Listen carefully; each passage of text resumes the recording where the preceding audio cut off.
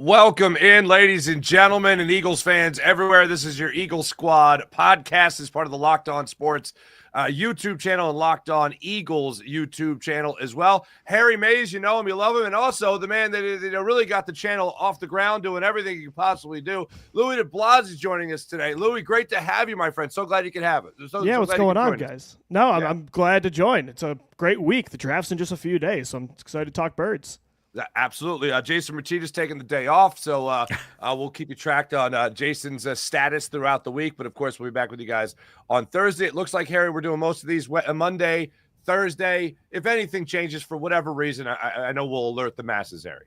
Yeah, absolutely. And I want to welcome Louie to the show, man. I've been looking forward to this for quite some time. And I see he's official. I know, Farzetta, you do like shows every day, twice a day for Locked On.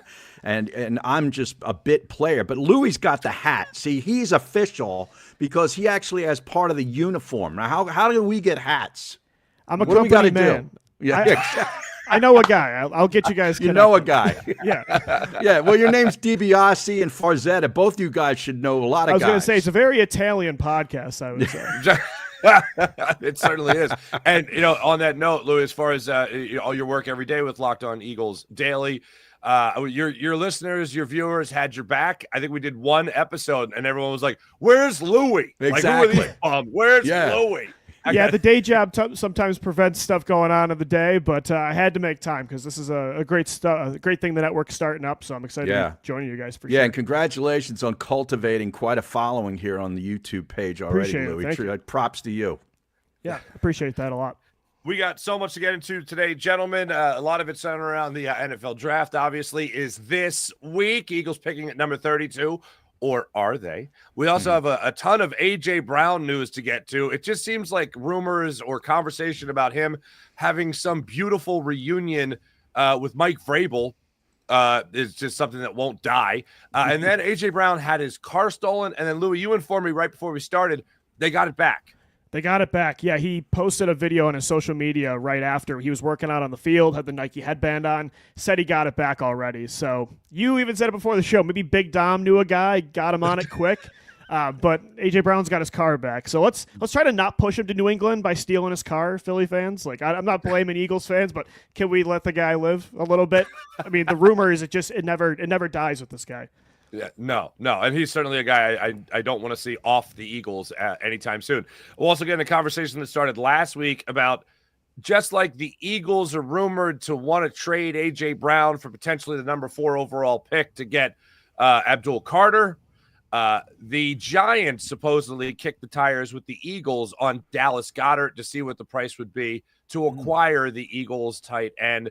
And you know what? A.J. Brown, he's been doing a lot of talking from his car recently. Not only did he tell everyone that his car got stolen today, but Friday, I believe it was, Thursday night, he posted another video just warning people about the dangers of carnivals. So I don't know if this is receivers in cars talking about problems. I don't know if this is a new web series he's launching, but the wide receiver seems to have a lot to say so far this offseason. Yeah, taking a page out of Jerry Seinfeld's book from a while ago. Didn't he have the comedians in cars or something like that? Oh, you have like diva whiteouts in cars or something as a podcast. I'm sure it would be a big hit. Yeah. I'm a big fan of that show, by the way. A big fan of that show. So, a lot to get into. And the number one thing, fellas, just moments ago now, it's rare that a planned podcast all of a sudden gets some breaking news. But recently, within the hour, Cam Jurgens signs a 4-year, $68 million deal to remain, as expected, as the Eagles center. Not just the center for now, but the center for the future. Harry, when I think about Cam Jurgens, I think about this guy that was partially recruited and certainly mentored by Jason Kelce after the Eagles drafted him in the second round. I think about a guy that had a lot of pressure on him going into this year and absolutely dominated. The questions shifted quickly from, hey, what's it like to not be Jason Kelce, to, hey, you guys are about to win a Super Bowl. And a lot of that has to do with your anchoring of this offensive line. Harry, your reaction to Cam Jurgens getting his extension? Yeah, it's a terrific decision to do this. This is, vintage Eagles identifying a young guy in their on their roster that they value long term and getting it before, towards the end of the contract. He's not in a walk year or anything like that, and just extending him now beyond into 2029. And I love the deal. It's so hard. You mentioned, coming in after Kelsey. It's so hard in sports, whether it's, whatever position, to be the guy that follows a great one. You know what I mean? Like whether it's a coach, a player or whatever, it's really a tough situation. And he was, as an understudy for a little while, and then just fit right in. And that's the thing. You didn't even notice it. Like there was no like, oh man, that's the young guy. It was nothing. Like he was playing like a veteran from the get-go. And by the way, he should have gotten some part of that extension for one of the greatest mullets in NFL history right now. I mean, when we're bringing the mullet back for offensive linemen, that is a beautiful thing. It really is. And when you look at what the Eagles have done, they saved $3 some odd million in the cap for 2025 by virtue of doing this. That's vintage Howie Roseman. And I looked at this. I saw this somewhere. One of the valued NFL reporters, I think it might have been Vacchiano, tweeted it. 4 of the 5 Eagles linemen now have been locked up in guaranteed money through 2027. The 4 of the 5, obviously, Jurgens is through 2029. They've spent $162+ million in guaranteed money for, the keystone of the franchise, the offensive line. That's what this team really is. And it's always been that way since Andy Reid, and I got to credit him because he's the one who really brought that philosophy to the organization, and they have just carried it forward with, 4 of the 5 are the best guys in the business. We'll see how Steen, does here at right guard. But this is a great move. Mm-hmm. Absolutely love it. Louie, your instant reaction to Cam Jurgens. Yeah, I mean, Harry mentioned it. To go from Jason Kelsey to Cam Jurgens, one of the greatest centers of all time, who also that same year became kind of a global celebrity as well off the field, to then replace that guy so seamlessly and show the toughness he did playing through injury in the NFC Championship and the Super Bowl. It's unbelievable. And now not only are 4 of the 5 starting offensive linemen getting paid top 10, top 6 actually contracts from an annual salary of $17 million a year for Jurgens now, but the entire offense outside of 2 starters, I believe, it's Steen or whoever plays at right guard and then Jahan Dotson at receiver, are all getting paid top 10 money. And that's just a testament to Howie Roseman in the post-Carson Wentz era, rebuilding the offense so perfectly. And they're all around the same age. So, yeah, it's an expensive offense, but it's led you to 2 Super Bowls and got you a ring. It's going to be looked at in NFL history as, I think, one of the best rebuilds of all time. And Cam Jurgens is just another piece of that puzzle. I mean, it's not just him, but they replaced Fletcher Cox with Jalen Carter, and they replaced Brandon Graham with Nolan Smith, Darius Slade, Quinyon Mitchell, and Cooper DeJean. I've never seen a team replace legends so quickly and seamlessly. And it's, again, just a testament to Howie Roseman. It's one of the best jobs I've seen over the last 4 years. There are other positions where you can look at it where it's a little bit more obvious, just talking about skilled positions. I mean, going from Brian Westbrook to LaShawn McCoy was just such a smooth transition. Going from Brent Selleck to Zach Ertz, Dallas Goedert, such a smooth transition. You mentioned the word rebuild. It's funny, with Howie Roseman, I don't ever think of rebuild. I think of maintenance. Sure. Like he's never fully rebuilding anything. I know the lesser of that is retooling, but with him, there's even a lesser version of it, which is maintenance. He's just keeping up with the day-to-day, year to year when it comes to this football team and its roster, and being able to free up cap money this year, whether it was Saquon Barkley's extension or now that it's Cam Jurgens' extension, he just keeps this team on top and always one step ahead of almost everybody else. And it became a conversation point in the offseason as to whether or not the Eagles are smarter than everybody else. This is why most Eagles fans, I feel, are very accurate when they talk about their squad being smarter than anybody else. They're always one step ahead. Now, the greatest measuring stick is a blowout in the Super Bowl, which the Eagles and the fan base obviously just got to enjoy.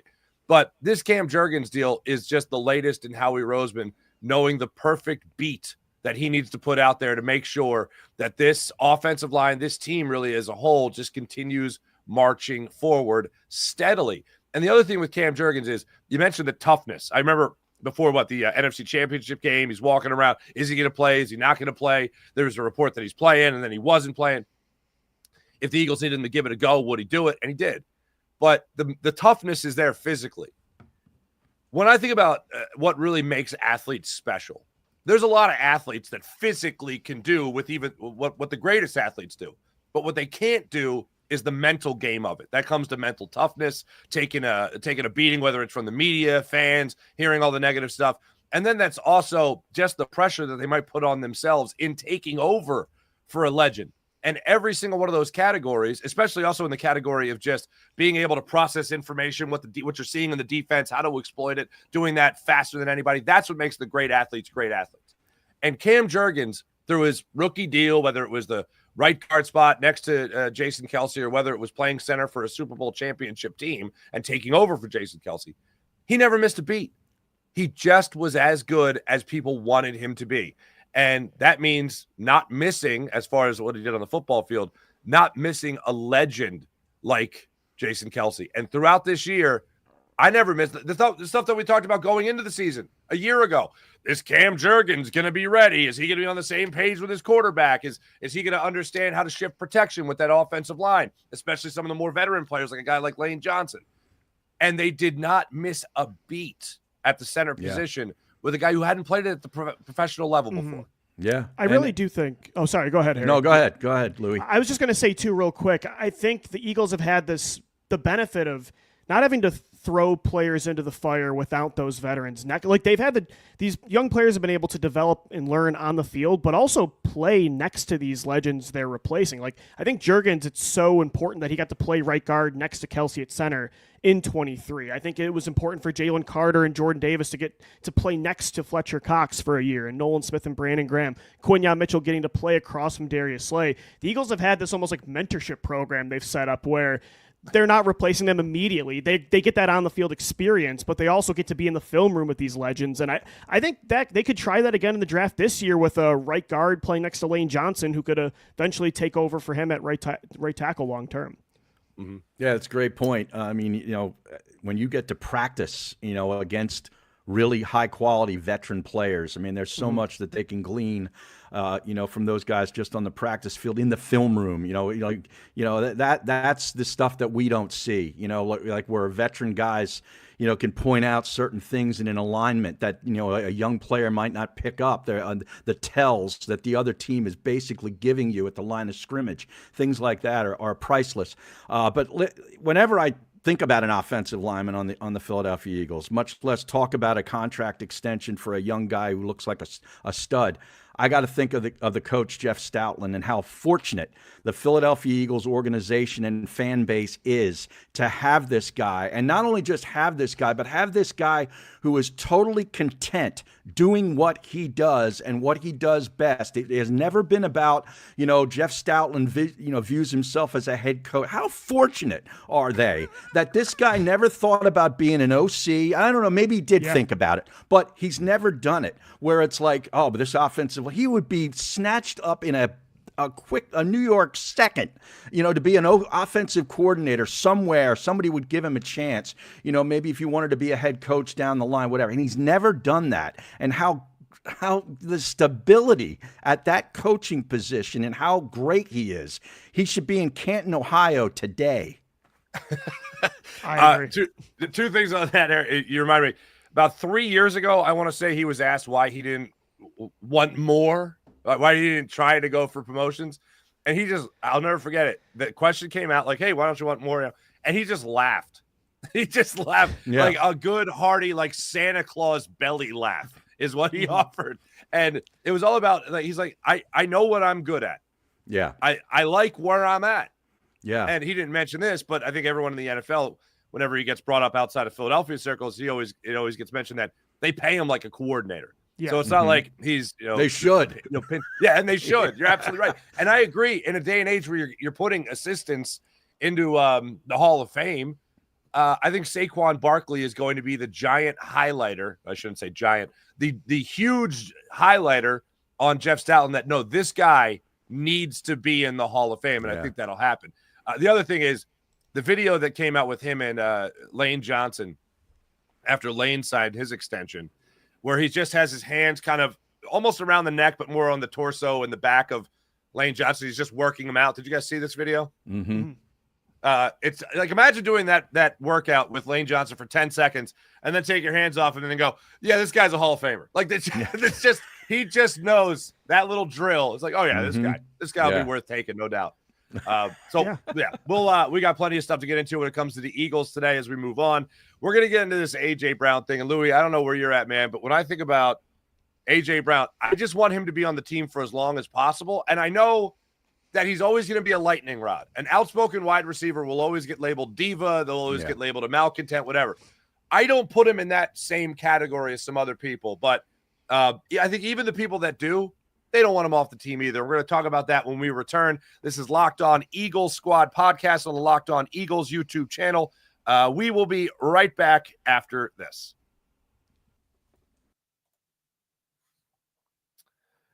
Amazon Fire. If you guys aren't taking advantage of all as Amazon Fire has to offer, you're missing out. Did you know that Amazon Fire TV also is an Xbox? You can turn any TV into your gaming and entertainment hub with Fire TV Stick 4K devices. No console required. Just grab your paired controller, subscribe or sign in to Xbox Game Pass Ultimate with EA Play included. And you're ready to play. Dive in. Hundreds of premium titles from EA Sports College Football 25 to Call of Duty Black Ops 6 and Avowed as easily as you stream your favorite shows. It's gaming made simple, and it's all on your Fire TV. If you talk about affordable and portable gaming, play high-quality Xbox games at a fraction of the cost of the console. Already have a console? A Fire TV Stick 4K device is more affordable and easier to travel with, and bringing it along makes the fun just keep on going. If you have a little bit of gaming experience, good for you. If you don't have a lot, like myself, there's so many great things you could use with Amazon Fire TV Stick 4K. Head to Amazon.com/Fire TV Locked On to get started. That's Amazon.com/Fire TV Locked On to get started. Xbox Game Pass Ultimate subscription and compatible controller required. Available on select devices, including Fire TV Stick 4K, second generation, Fire TV Stick 4K Max, first and second generation, and Fire TV Cube, third generation, all courtesy of the amazing people at Fire TV 4K. Breaking it all down here, Louie DiBiase, Harry Mays, Mark Farzetta with you here on Eagles Squad podcast on the Locked On Eagles YouTube channel. Our man right there, Louie DiBiase, doing a great job breaking it down for you guys daily with Locked On Eagles. Harry and I got you covered for your Eagles Squad podcast. Jason Bertitas is taking the day off today, feeling a little bit under the weather, so we're breaking it all down throughout this hour with you. We will be checking the comments later on, so keep those coming.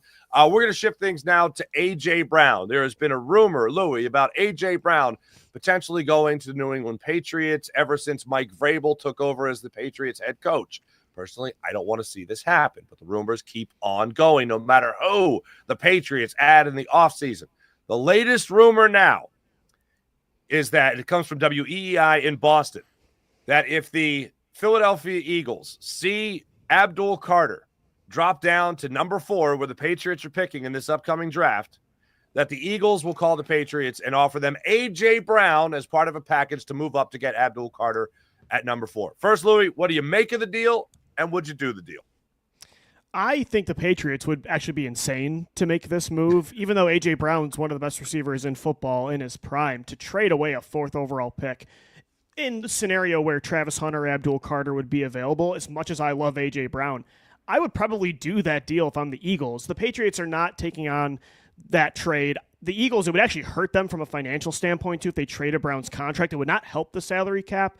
And it's just the Patriots, like it's Boston, I feel like, that's starting the rumors more than Philadelphia because they want A.J. Brown so bad. It's, I know Philadelphia, sometimes this market can be, and it's a lot of times, like you said, with receivers, especially that are outspoken like A.J. compared to Devontae Smith, those guys naturally are going to get the rumors more and the trade talks, when there's drama striking. But I just think for years now, A.J. Brown, it's just been a non-story, and time after time, these rumors just keep resurfacing. But I don't think there's any real traction to them whatsoever. This time, I feel like it's been the Patriots really trying to like force this since Vrabel got rehired. Because like you said, then it makes sense. They were together in Tennessee, but why would Philadelphia or New England do this move? It just doesn't make sense for either side. Mm-hmm. Harry, would you do the deal, and do you believe it? Well, I mean, would I love to have Abdul Carter on this defensive front? Absolutely. But from a financial standpoint, and Louie brought this up, there's like $89 million of dead money or something associated with A.J. Brown's contract. Now, I know they traded Carson Wentz with 30 plus, 36 or whatever it was. And at the time, that set the mark. That was the highest ever. And, this might still keep going up. Who I don't forget the last deal, that might have, taken that off the page, but there's no way that's happening, number one. And number two, this is what happens. These are the kind of delusional fantasies that you have when you go as long as New England has gone without a big play wide receiver. I mean, it's been since Randy Moss was there that they had really anybody to get overly excited about. And they didn't even win a Super Bowl with Randy Moss. They set records with touchdowns and so forth with him and Brady, but never won anything.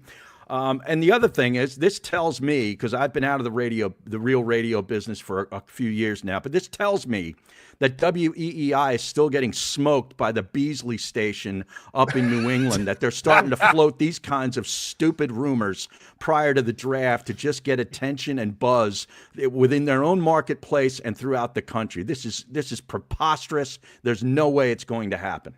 But I do love Abdul Carter. Okay. All right. Yeah. I think all of us are on the same page.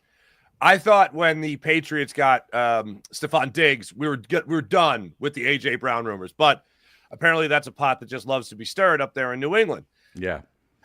I think, Louie, you had mentioned that this would be a crazy deal for the Eagles to say yes to, or for the Patriots to actually say yes to. Here's why I think it would be a crazy deal for the Eagles to say yes to in the event that this is even at all real. The Eagles, to me, the bigger question marks they have are on the defensive side of the football right now. The one question mark they have on the offensive side of the football is whether or not Dallas Goedert has really played his last game as an Eagle. The Eagles, for me, though, with A.J. Brown on this offense, he's what makes this offense more than one-dimensional. I mean, look, Devontae Smith's great. And it's great to have a great wide receiver and a great running back. But if you have two great receivers and you have that Hall of Fame level running back right now behind this offensive line, that's an extremely well-rounded, if not spoiled, offensive group. In other words, it's dominant. I want to know that going into next season, you at least have a dominant side of the football. There might be questions defensively, and we'll get to the defensive end spot, what we're looking at right now with what the Eagles have there versus what they could get in the draft and how you might rank it. But offensively, I know you're going into the season and you're going to be dominant. Jalen Hurts answered maybe one of the biggest questions people had about him. Oh, if it comes down to having to throw, can Jalen Hurts win you a game? Well, he only won you the Super Bowl in being able to do that. So that question is answered. Saquon Barkley, look, health questions are going to surround every single football player. Breaking news, football's rough. It's a rough sport. So it's going to be a thing, unfortunately. But I want to know that going into the year, you still have A.J. Brown, you still have Devontae Smith, you still have Saquon Barkley, you still have Jalen Hurts, and you still have this dominant offensive line. You have all those intact. You're going to compete for a Super Bowl. You're going to have a deep playoff run. Defensively speaking, I still have a lot of those questions. I know what I have in Jalen Carter. I know what I have in Quentin Mitchell and Cooper DeJean. I think I understand what I'm getting in Adoree Jackson, but you still don't know what you're getting at the safety position. Nakobe Dean coming back healthy from an injury. What else you're going to get from your linebackers not named Zach Bond is a little bit of a question. Who's going to be the defensive tackle next to Jalen Carter is a question. So I look at the offensive side of the football, and if you were to deal A.J. Brown, that's a guy that's literally the most reliable target of your quarterback.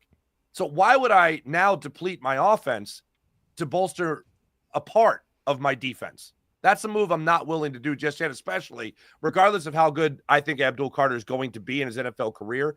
I'm not taking away from what I know is a Super Bowl caliber offense to add a rookie to this defense. It's a fair point. It's a fair point. And I think you would definitely have to have a contingency plan. I would want you to extend Dallas Goedert at that point to keep another passing target for Jalen Hurts in this again, I think crazy hypothetical scenario that the Patriots made up. Let me ask you a counter. What if it was for Travis Hunter? Travis Hunter's on the board and not Abdul Carter. Because resetting it, and I know A.J. Brown, like you said, he's in his prime right now. You know what you're getting. He's going to help you compete for Super Bowls. But resetting where you get like a 21 to 22-year-old blue chip prospect that becomes a superstar like a Hunter and Abdul Carter that's on an inexpensive rookie deal with such an expensive roster, I think it would be something you would at least have to consider. That would raise my eyebrows a little bit more. That's where I'd be, that's where it's not just one phone call allegedly from the Eagles to the Patriots. That's where we're having multiple conversations, because I do want to make sure that I'm keeping that offense at that high level. Would I still do it? No. But I would have that conversation to see what that deal would be. Yeah, but we all saw what this offense was when A.J. Brown was out. I mean, it's a totally different deal. I mean, when defenses, Devontae Smith's, like you said, Mark's really good player, nice player, better than a nice player. But without A.J. Brown on the other side, he's not setting any records. You know what I mean? Like, you need that big guy who demands, a double team. He's so physical. He's so hard to deal with in the open field. I mean, it just changes everything that they're able to do offensively with him out there. So, yeah, I agree. Right now, you got this offense. There's no, do not detract from it. Maintain. While we're talking about A.J. Brown and this trade rumor, he had a little unfortunate situation, and he posted a video, I think it was earlier this morning, about his car getting stolen.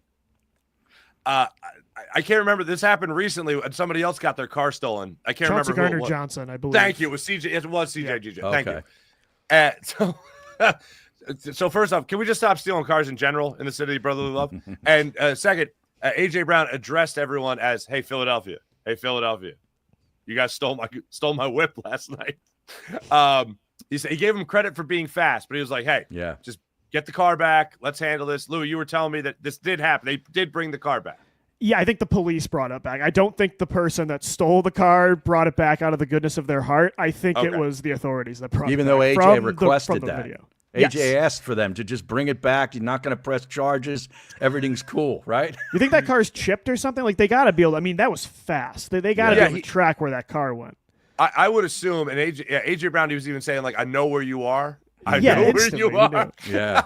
I don't want to wake up to a video going viral of A.J. Brown saying he knows where I am. He sounded like Liam Neeson in Taken, just kind of like warning you he's coming for you. Exactly. Good luck. Yeah. So I would really like it if we could stop stealing anyone's car, particularly athletes, just because that's going to get a little bit more attention. Drama surrounding a wide receiver. Drama surrounding a wide receiver that really has nothing to do with him, just unfortunate circumstance. But I'm glad it had a happy ending. I know also that there was a rumor that was started about Big Dom going out there to find that person. I'm going to go ahead and say I don't want A.J. Brown or Big Dom after me. I don't want to start my day that way. I was going to say, look, this is an Italian Eagles podcast, but it's an Italian-run organization too. I think that's not the team to steal from in the NFL. Yeah, I didn't finish this, so I figure, Louie, it's no better time to just hold on there. There we go. There it is. See, there it perfect. is. All right, I just finished that. That's not a prop. That's not a prop. That's real. That was all real. All right. Well, when we come back, all right, we're going to get into this draft a little bit, where the Eagles are at as far as tight end position, as you were talking about a second ago there, Louie. Also, Dallas Goedert and the rumor that surrounds the Giants right now, according to Jordan Raanan of ESPN. And we're also going to get into this conversation about what to do at 32.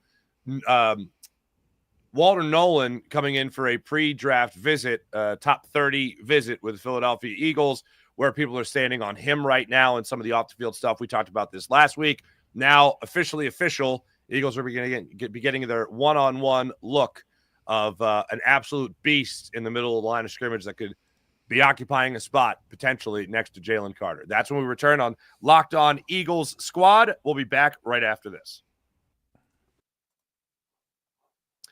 If you guys haven't seen all that is to offer with the wonderful people at Nissan, then you need to jump in on it all. Like the Armada, for instance. The Armada, a fantastic car from Nissan. One of my favorites. It is an easy ride. It is a smooth ride. It is a comfortable ride. And the Nissan Armada offers so much. And it's clear right now when it comes to the Nissan Armada how above the rest it is. You're talking about an outstanding vehicle from Nissan, whether it's the Armada, whether it's the Rogue, whether it's the Pathfinder, you could take advantage of it all. Heavy duty with the Armada, rugged, conquers the road with capability and confidence, compatibility, and confidence. Dream big, go big with Nissan Armada. So take Nissan Armada, Rogue, Pathfinder, and go find your next big adventure at shopnissan.com. And it is clear, without question, that Nissan Armada makes it so much easier and so much more enjoyable to enjoy the road. Nissan Armada, outstanding vehicles with Nissan Rogue, Armada, Pathfinder, and go find that big adventure at shopnissanusa.com. That's shopnissanusa.com. There was a rumor, gentlemen, that was started last week from Jordan Raanan of ESPN. He was doing, of all things, in this day and age, of course, a live Instagram chat with everyone where they were throwing he was giving a report just about, standard operating procedure to the New York Giants, where they're at in the offseason and draft hopes and all that. And then I believe it was somebody in the comments asked him about potentially trading for Dallas Goedert, or whether or not the New York Giants would be interested in going out there and getting a tight end on the market. And he mentioned that the Giants are monitoring, Harry, the tight end position for the Philadelphia Eagles and Dallas Goedert, who I say is a Pro Bowl, all-pro talent, but just doesn't stay healthy enough to prove that he is an all-pro, Pro Bowl talent. If you see Dallas Goedert in a Giants uniform next year, how would that make you feel? Depending on what they get back, I'm okay with it. I'm not attached to Dallas Goedert, even as a Philadelphia Eagle. Like you said, he misses a lot of games. The biggest ability in the NFL is availability. So is the old saying, and I agree with that. So this tells me that Howie Roseman has an alias and entered the Jordan Raanan chat and started that rumor himself. That is pure genius. That's how you do it. Hey, what do you guys? What do you think it would take? Stir it up, pot, baby. Exactly right. Yeah. He's trying to get Brian Burns from them, probably. There you go. There you right. Go. Yeah. I think that's a perfect word for it, though, because I get the sense that a lot of people they want to hold on to their own, and you can say it about A.J. Brown, but I think there's more legitimacy to hold on to him than there is Dallas Goedert. I think most people look at Dallas Goedert and acknowledge great talent. Good. Yeah. Just wish he'd stay there. Yeah, right. I think when it comes to being able to block and being able to stretch the field, I think he has that ability, and that's what I think. If you're a great tight end, you can do those things very well. But if you can't stay healthy, that's a huge problem. You're talking about, what, 22 games missed in the last 4 years? That's a boatload of games missed. And here's the other thing before I cut you off. I trust them to go out and find another one. Oof. You know what I mean? Like, that's where I am. Of it, right? I mean, they went from Brent Selleck to with Zach Ertz to Goddard. Yeah.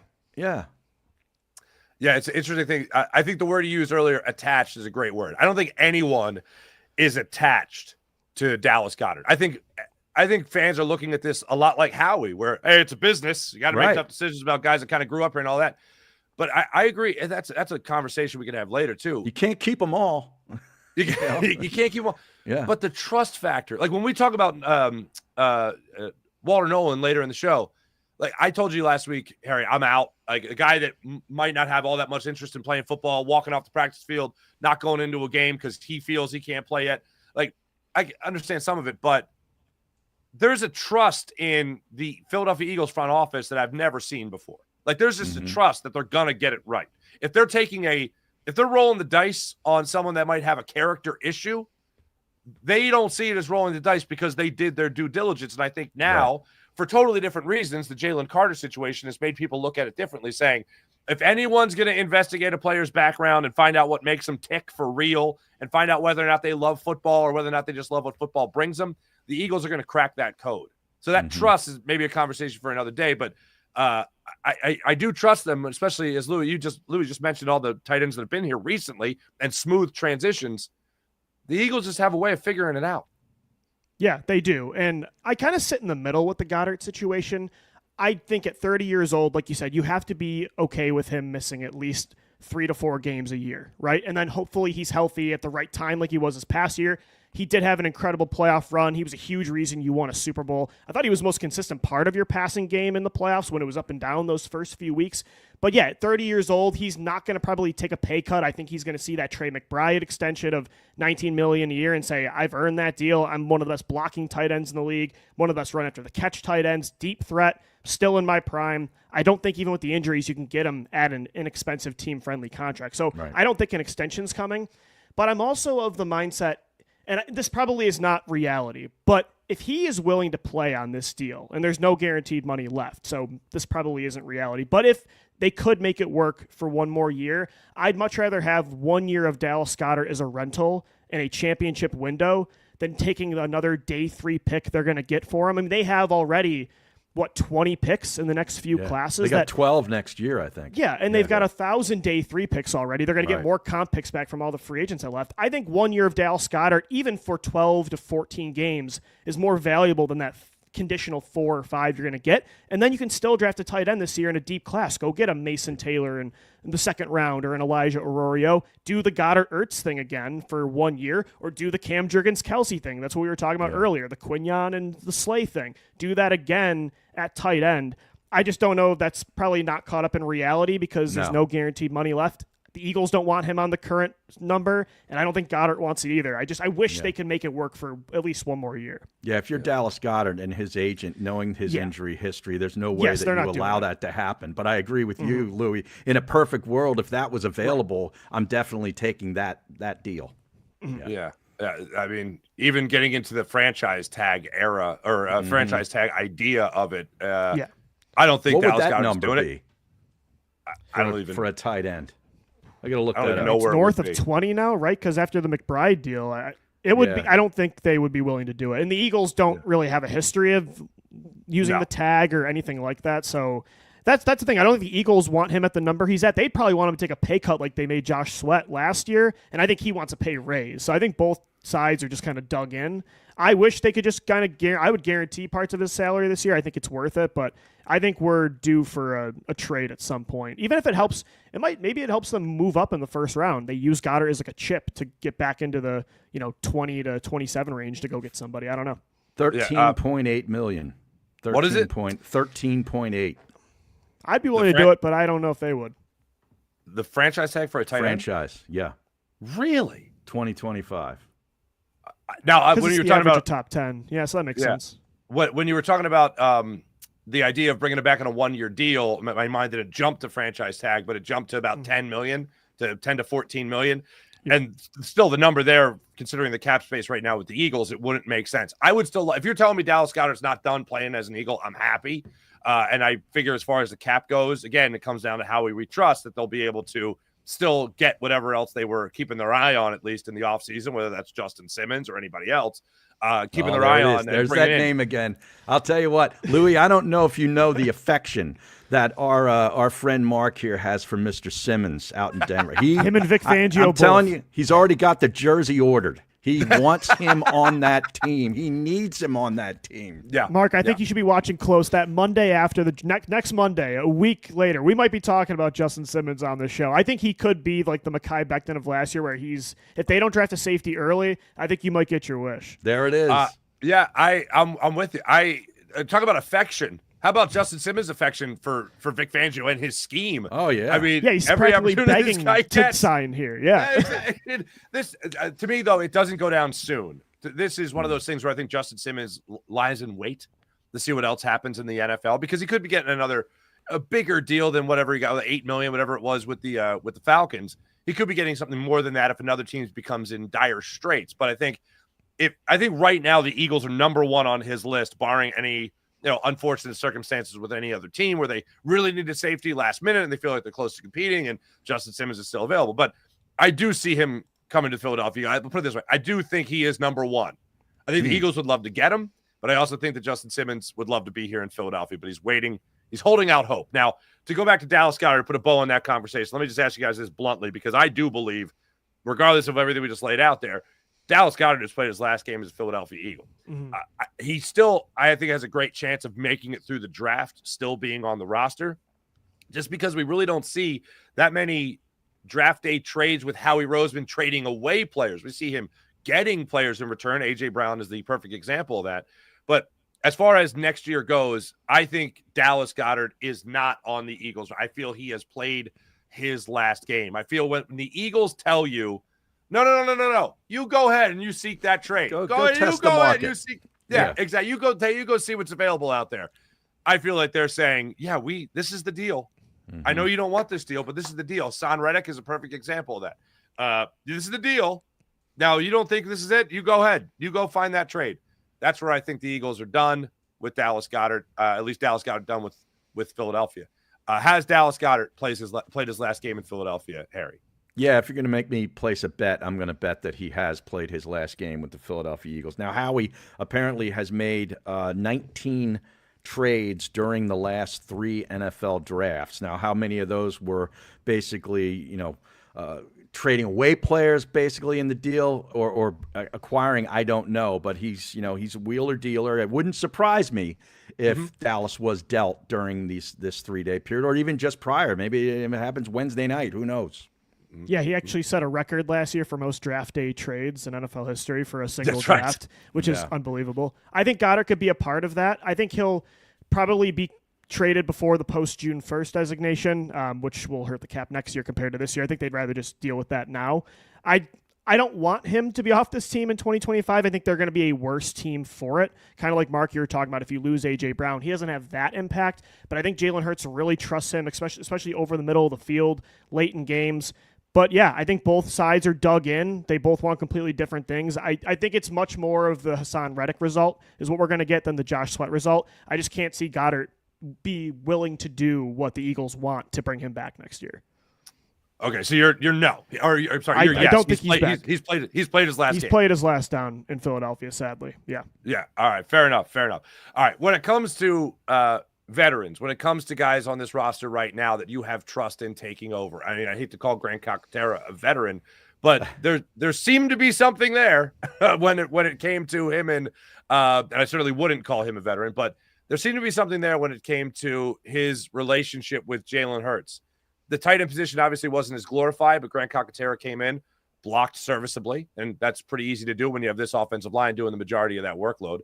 And when called upon, he had a little 32-yard catch. I think it was against Washington that he went up and got for his quarterback. There seems to be trust there. I don't think it's anything where Jalen Hurts over-dramatically is pushing anyone out the door, but the Eagles seem to have a little bit of confidence, at least in what they have left over, especially with the idea of, again, just letting Dallas Goedert go seek a trade. So when it comes to the tight end spot right now with the Eagles, do you feel like that guy's on the roster right now, or do you feel like they're going to go out and get somebody else? I think they're probably going to go get somebody else. I like Calcaterra, but I don't know that they view him as the heir apparent and the solution to a Goddard-less position. Yeah, I agree with Harry. I think Calcaterra is a solid tight end too. I think he can develop to that guy where in your 12 personnel packages, he can catch the ball. It's not like Jack Stahl out there where he's basically an extra lineman. But right. And they brought in Harrison Bryant from free agency. They added a couple other bodies, but I don't think that guy's on the roster. If somebody's on the roster that's going to step up, it's going to be at the wide receiver position. I think it's going to be Jahan Dotson getting a bigger workload after he started to build some chemistry in the playoffs with Hurts, the touchdown against Green Bay, the 2 explosive plays in the Super Bowl. It's a deep class. I think it'll be more of a committee approach to replace Goddard's production through tight end, through wide receiver, but who's tight end 1 from this year to next year, I don't think that guy's on the team yet. And it might be a trade, like a Michael Mayer from the Raiders, like a Luke Musgrave. Maybe they try to buy low like they're doing with these former top picks that are still young on rookie deals. I could see another trade coming for a tight end. I don't think Calcaterra is a starting tight end, at least not yet. Yeah, I love him as a number 2. I don't see him rising in this upcoming season to the number 1 guy at the tight end position for the Eagles. Now, you mentioned some of the 1-year deals. When we come back, we're going to talk about the draft. We're going to talk about defensive end position in particular.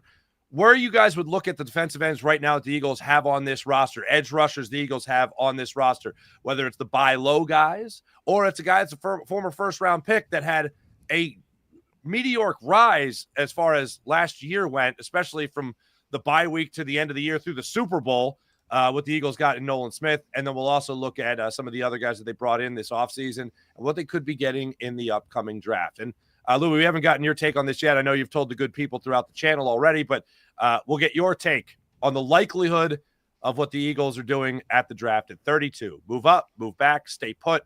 We'll talk about that. But here's one thing. Make sure you guys stay put because this is a quick break. We're going to be right back after I just hit this little button.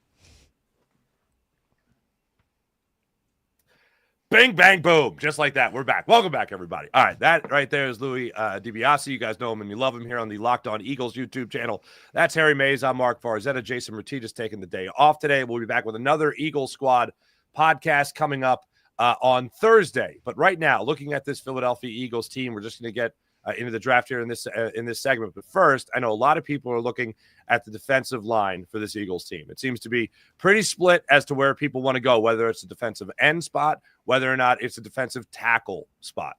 Louie, I'll ask you this right out of the gate before we go any further with names. 32. The Eagles picking at 32. Louie, they moving up, they moving back. What do you see happening on the first day of the draft? I think it's very unlikely they're picking at 32 unless somebody just falls in their lap like Quinyon Mitchell did last year, Nolan Smith 2 years ago. That's really the only instance where Howie stays put is if just a guy that has no business being there is available. I think he's going to trade up. As I mentioned earlier, they have a lot of draft picks in the next few classes. Trading down to collect more day 2 or day 3 assets, I don't know if it's really worth it. Now, there might not be somebody worth it and you can't get up the board. It takes 2 to tango. But I think they trade up. I think they see one of these premier pass rushers that slips, I'd say, beyond 20 overall. That's realistic to trade up without giving up like a first or second round pick, and they go get a defensive lineman, whether it's at tackle or edge. I think they want to trade up for or the offensive line. I think it's going to be somebody in the trenches they move up for. All right. I would agree with that. I would agree more so on the defensive side of the football when it comes to the trenches there. Now, Harry, we were talking about this last week. Were you on? I forget. You were on the. They moved back. I don't think they're picking at 32. I think we agreed on that last week. Yeah. I said there's a possibility they move out. I mean, I know they have a ton of draft picks for next season, which really could give them the ammo to move up. You know, if they see a guy like Walter Nolen or Shamar Stewart, a kid from Texas A&M, maybe they get the vibe that he might go a couple of slots early. I know Daniel Jeremiah had them taking him at 32. I don't know that he lasts till 32, but who knows? The draft is crazy, but I think they're going to address the defensive front, whether it's a pass rushing edge guy or a guy like Walter Nolen, with his hand in the dirt. So that's what I think they do. They're moving up or moving back would not surprise me, but I don't think they're going to sit at 32 unless the board really unfolds really wacky. And then at that point, if it does, they could just sit there and take, whichever guy that on their board falls to them. But, then you got this whole situation. You never know what happens with the quarterbacks.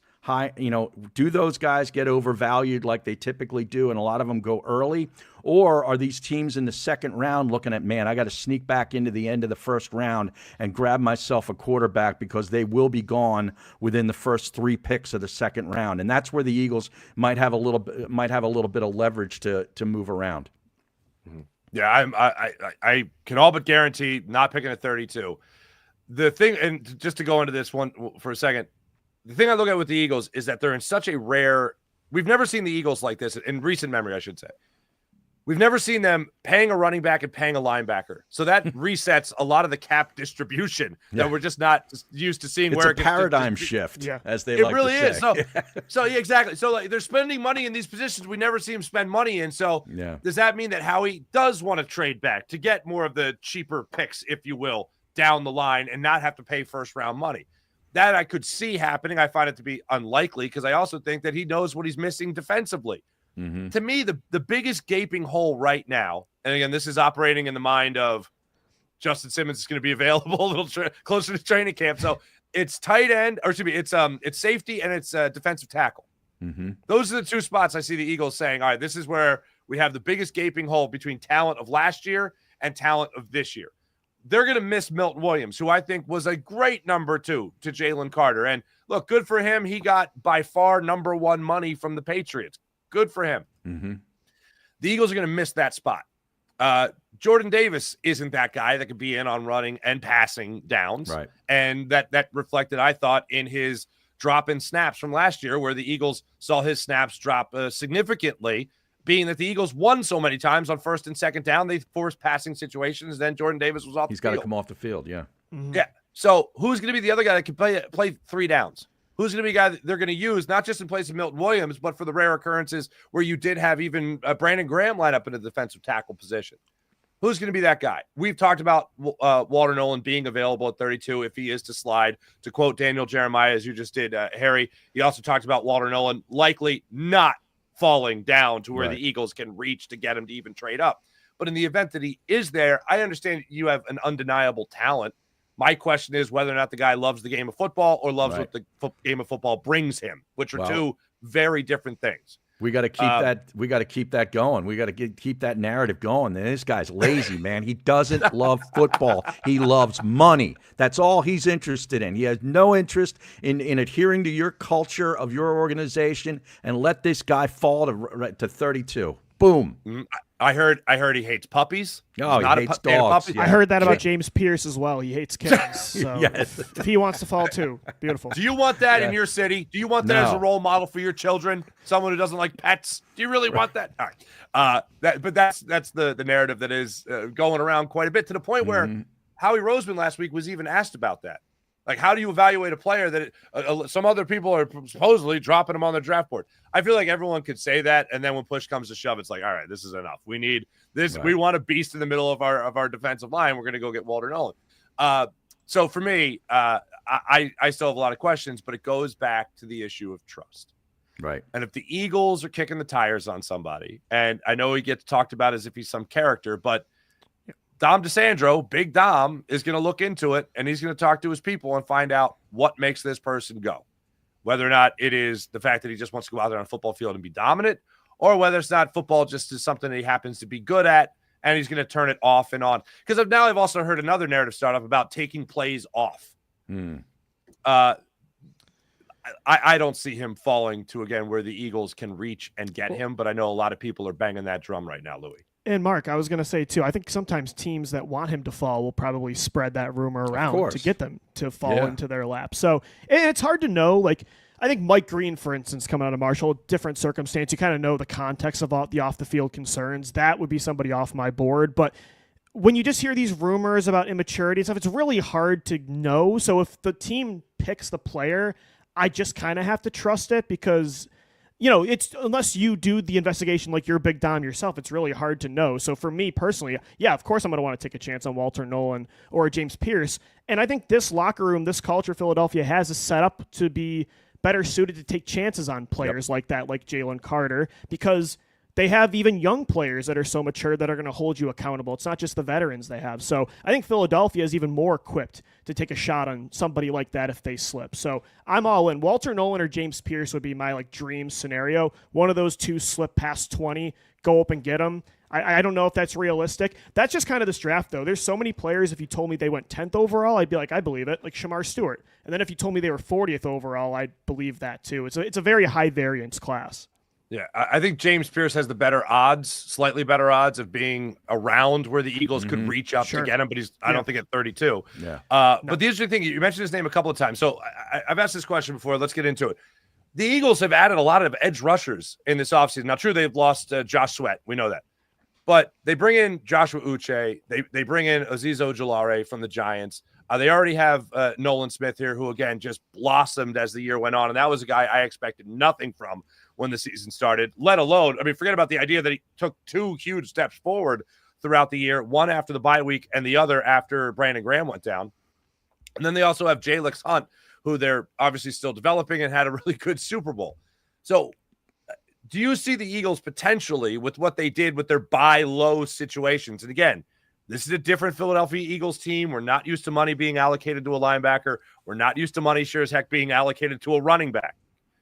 Do the Eagles look at their defensive end room right now and say, we might want to use this first-round pick not on an edge rusher, on a defensive tackle, on an offensive lineman, on a safety?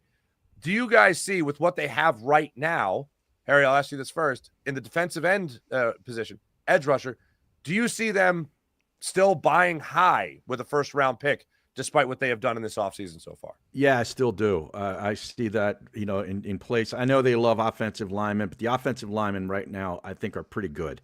As far as all five positions, I don't see that. That's a luxury pick beyond luxury, okay? And a safety, I don't see them taking a safety at 32.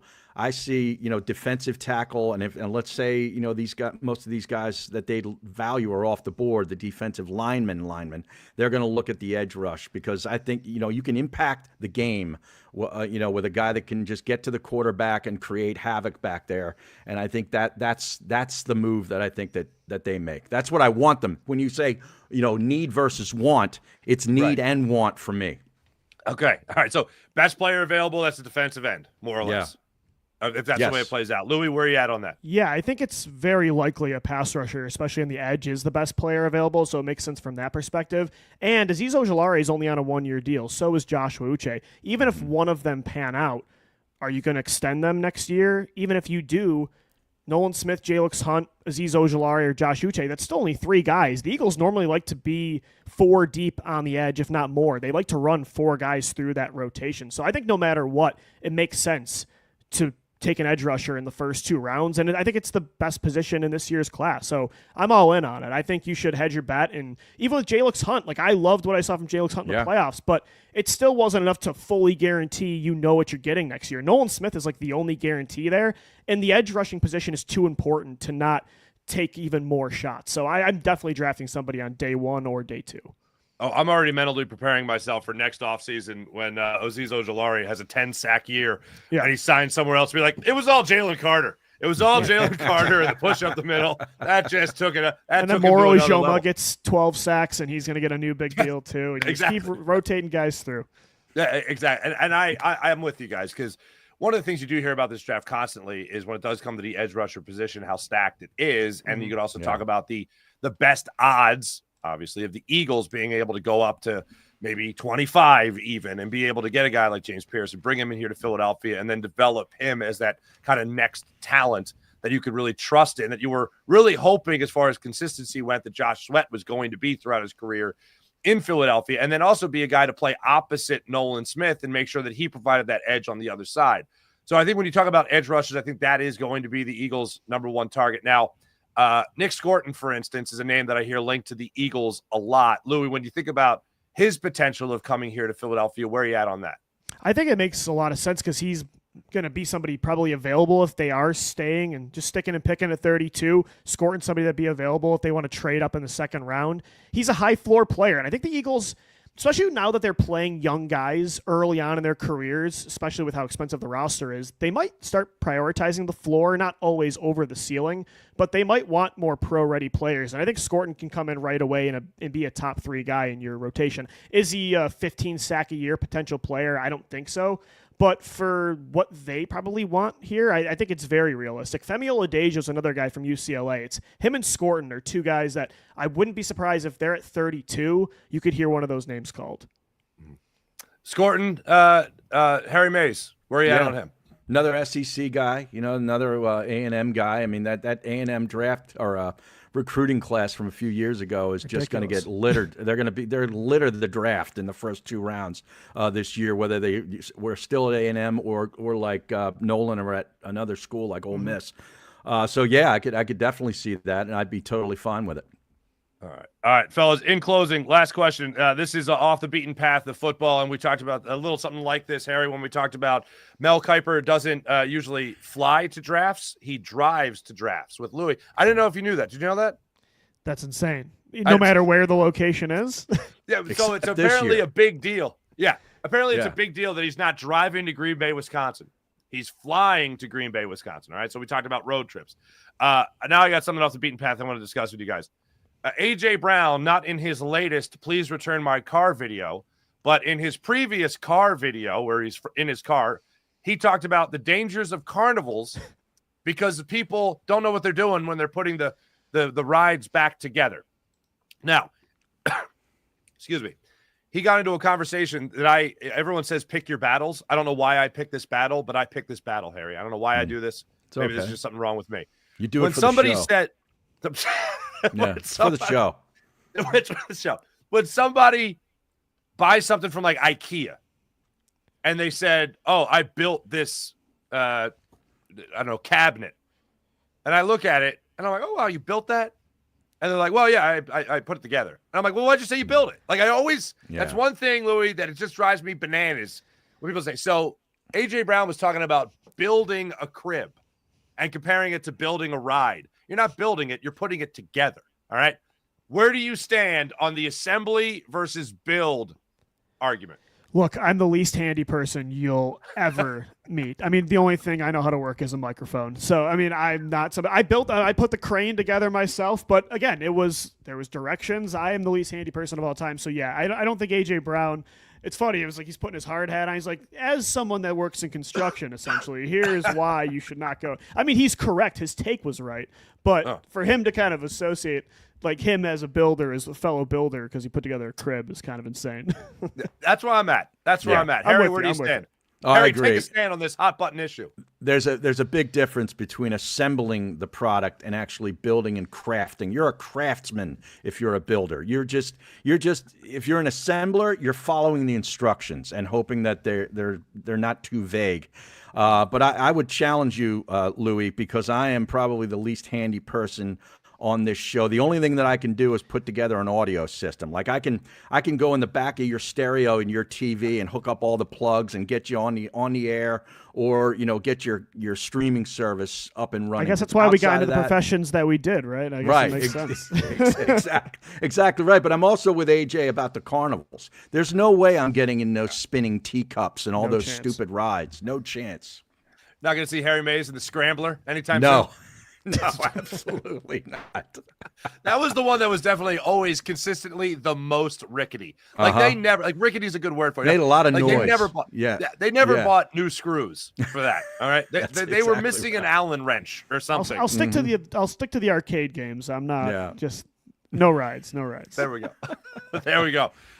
Fellas, this was what do we got now, Harry? This is our third edition of Eagles Squad podcast. Look at that. Yeah. Three deep already. 3 deep. Yeah, and we got to read Louie some of the comments here though before. Oh, geez. Yeah, look at the comments here. We got one here. Syracuse Swarm. You got to read that one. Wait, why am I not seeing this other comment? Who is it? Oh, Syracuse Swarm. There it is. Yeah. I will stop listening if Louie left. Listen to him every day. There you go. There's the I'm threat. I'm not going anywhere. But we got more guys here. I love it. This is great for the network. Louie, after our first episode, somebody recorded a video just like AJ Brown. It was like, if I don't see Louie, I'm coming for you. That kind of stuff. Oh no, I'm here. I made it work. The day job makes it tough, but I got to make it work. There we go. Ted E. You and I were big. That's it. Ted E. saying he's a Gravitron guy. I love the Gravitron. Okay. You couldn't get me out of the Gravitron. Am I too young for that reference? Yeah, I don't know the Gravitron, actually. The Gravitron spun you around real fast and you push back on your seat. Oh, that's what they call it. I remember. Right. The floor drops out or something, right? Yes. Yeah, exactly. Yeah. So that was one of them. Bob Brown. Hello, Bob Brown. Locking up 80% of the offensive line is what allows Howie to take swings elsewhere. Stability on the offensive line is key. Marcus Simbo, number 64, will go a long way in keeping the Eagles window open for a long time. Yeah, that's fantastic. And Wayne just says, hello, guys. Hey, hello. What's up, hey, Wayne? How you doing, hey, Wayne? There we go. Awesome. Appreciate that. Thanks for watching. Thanks for listening, everyone. Louie DiBiase, tell us where we can find you throughout Locked On's channel. Yep, at Locked On Eagles on YouTube, on X at DiBiase LOE, and our show page is at Locked On Birds, throwing content up there each and every day. So appreciate you guys having me on today, and we'll keep it going. Absolutely. Yeah, hopefully. Absolutely. Harry Mays, a pleasure catching up with you as always, my friend. We'll be back with you guys Thursday for an all-new installment of Eagles. The day of the draft, by the way, round 1, Locked On Eagles squad. And make sure you guys are checking out Louie throughout the week with your Locked On Eagles Daily. Thanks for watching. Thanks for listening. Have a great rest of your day, everybody. Back with you guys Thursday. Looking forward to it. See you then. Bye.